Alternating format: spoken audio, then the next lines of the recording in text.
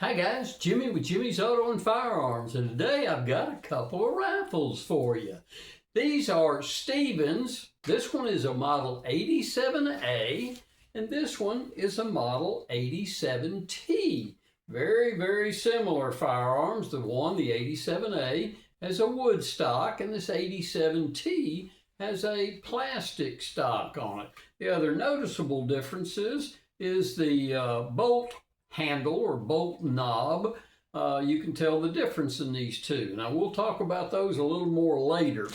These are 22 long rifle. Actually, they shoot long, shorts, longs, or long rifle. But the unique thing about this gun is in long rifle, it shoots as a semi-automatic rifle.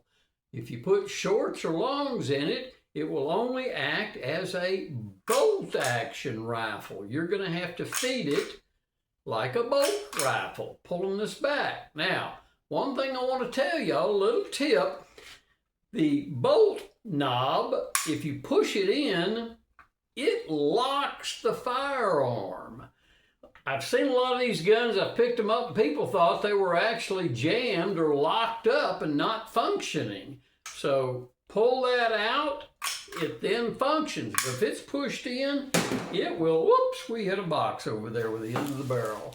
If you, same on this, if you push that in, it does not function. Pull it out, acts as a bolt action rifle. Now, a couple of things about these guns. Nicknames.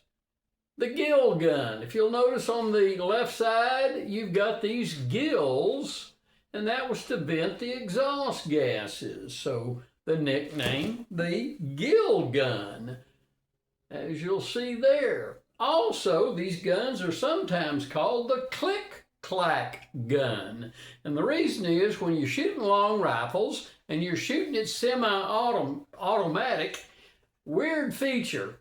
When you pull the trigger, you fire. If you hold that trigger back, it doesn't load the next round. It loads the next round when you release the trigger. So you pull it, it fires. If you release it, it loads the next round into the chamber. Hence the noise, click, clack. So when you pull it, even if you're pulling it, fairly fast, you're going to get that click, clack sound.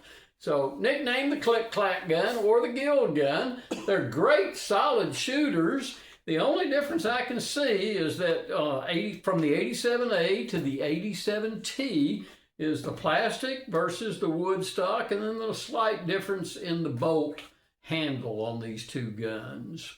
So interesting firearms in case you want to pick one up. They're reasonably priced normally. They're not expensive, but they're just cool old guns. I think they were made in the 50s and 60s.